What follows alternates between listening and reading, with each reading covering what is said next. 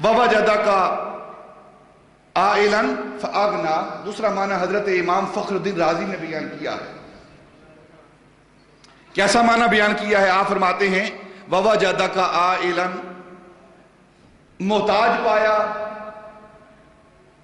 ضرورت مند پایا، فاغنا، اور ہم نے غنی کر دیا۔ کس چیز کا ضرورت مند پایا؟ ماں باپ دادے کی شفقت،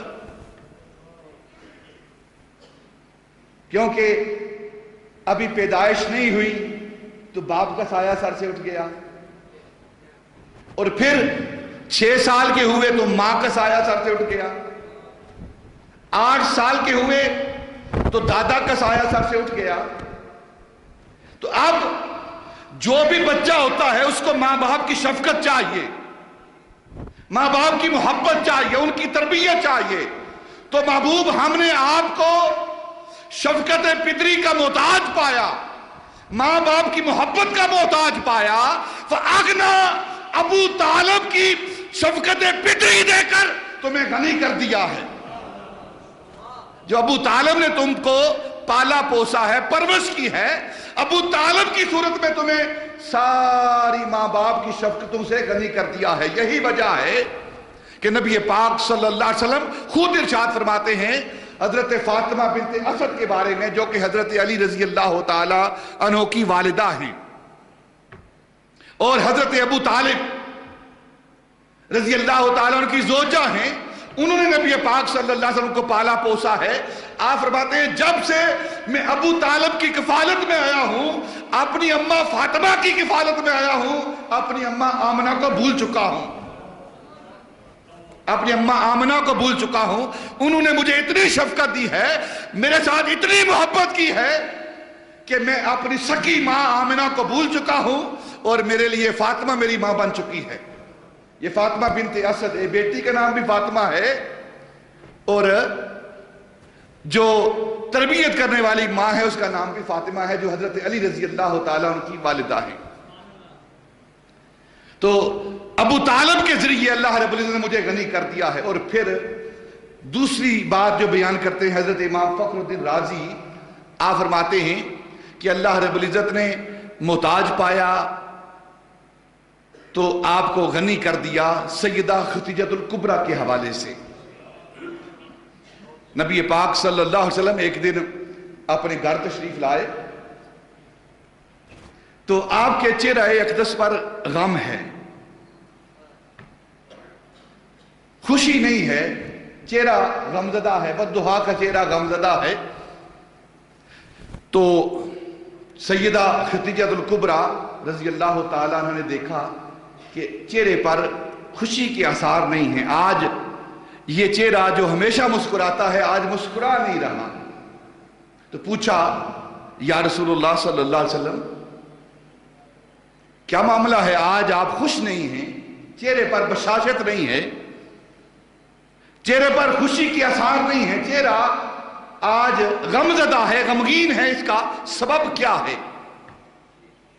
تو نبی پاک صلی اللہ علیہ وسلم نے فرمایا خدیجہ، قوم کے اندر، ملک کے اندر قحط ہے، لوگ بھوکے ہیں، پیاسے ہیں،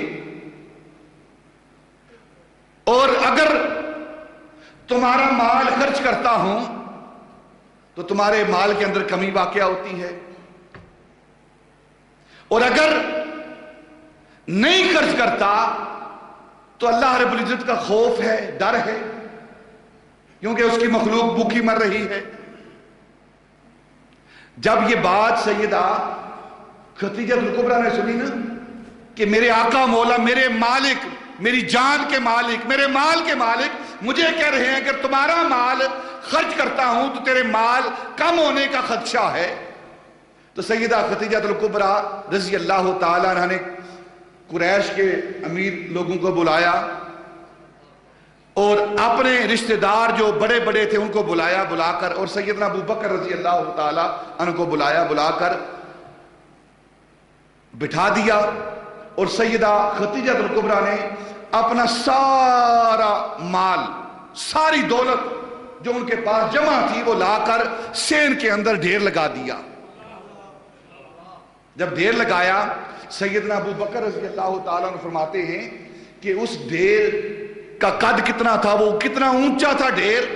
آپ فرماتے ہیں کہ میں ایک طرف کھڑا تھا اور دوسری طرف بیٹھا ہوا شخص نظر نہیں آتا تھا. یہ اتنا بڑا ڈھیر تھا جو سیدہ خدیجہ الکبریٰ نے آ کے سیل کے اندر مال کا درم و دینار کا لگا دیا.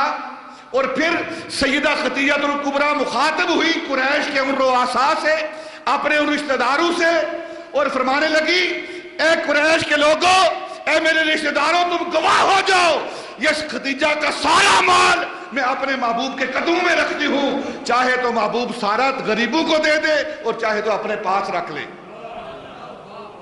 اپنے پاس رکھ لے. وَوَجَدَكَ عَائِلًا فَأَغْنَىٰ، ہم نے آپ کو ضرورت مند پایا. ضرورت کس کی چیز کی تھی؟ اپنے لیے نہ،